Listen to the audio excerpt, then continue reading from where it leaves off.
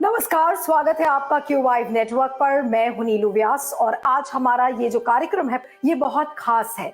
खास इसलिए क्योंकि पत्रकारिता के नजरिए से शायद मैं इसे बहुत खास समझती हूँ।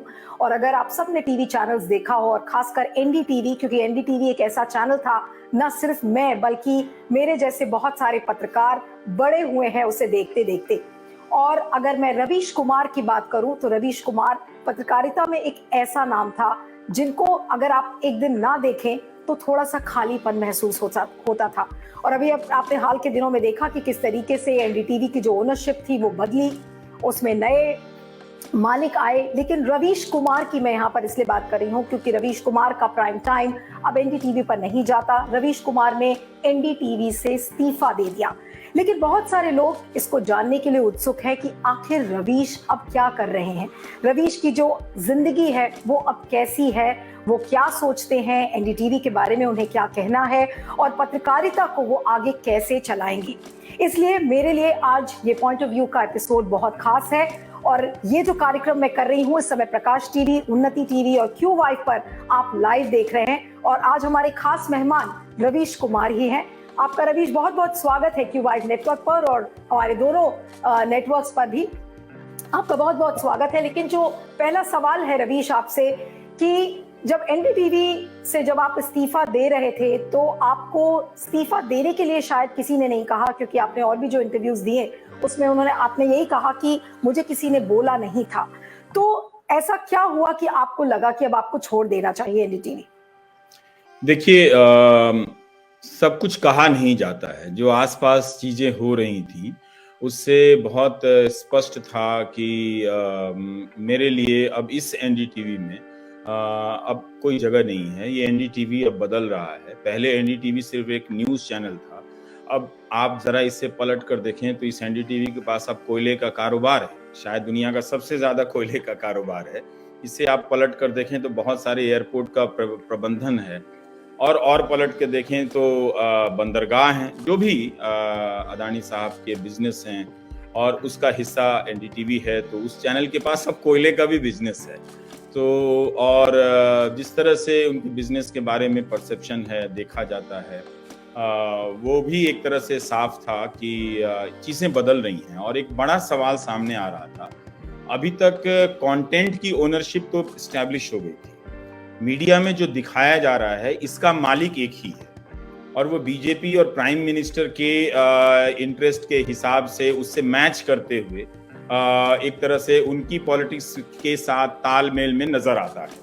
जो भी कुछ दिखाया जाता है तो वो एजेंडा या जो डिबेट के जो टॉपिक हैं, जो कंटेंट है उसका, वो पूरी तरह से उसकी ओनरशिप किसी और के पास है। और जो फाइनेंशियल ओनरशिप है जरूर उन गोदी सेठों के पास है जो मीडिया चला रहे हैं। तो जो गोदी मीडिया चला रहे हैं तो उनके जो सेठ है वो गोदी सेठ ही होते हैं। अब जो हो रहा है वो ओनरशिप में बदलाव हो रहा है कि हमें सिर्फ कंटेंट की ओनरशिप नहीं चाहिए, हमें जो असली मालिकाना चीज है उसका भी हमारे हाथ में होना चाहिए। तो मेरे सामने ये चीजें स्पष्ट थी। और दूसरा, आसपास मैं सुन रहा था कि ऐसा होगा वैसा होगा। फिर अदानी साहब का एक स्टेटमेंट आता है कि जिसमें वो इंडिपेंडेंस का मतलब समझाते हैं और कहते हैं कि if government has done something wrong you से इट्स रॉन्ग।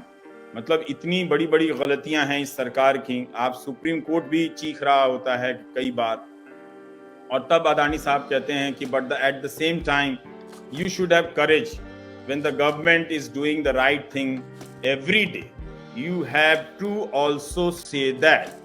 तो ये एक तरह से संपादकीय निर्देश, अगर किसी को लगता है कि मुझे नहीं दिया जा रहा है, लेकिन मुझे लगता है कि मुझे भी दिया जा रहा था, कि आलोचनाओं से मैं आइडेंटिफाई हो रहा था। और तारीफ करने की हिम्मत की क्या बात है। 99.99% मीडिया जो है वो तो दिन रात तारीफ कर रहा है। खुशामद करने में हिम्मत की क्या जरूरत है? हिम्मत की जरूरत होती है आलोचना करने में। तो एक तरह से अदानी साहब जो हैं वो एडिटोरियल लाइन फिक्स कर रहे थे।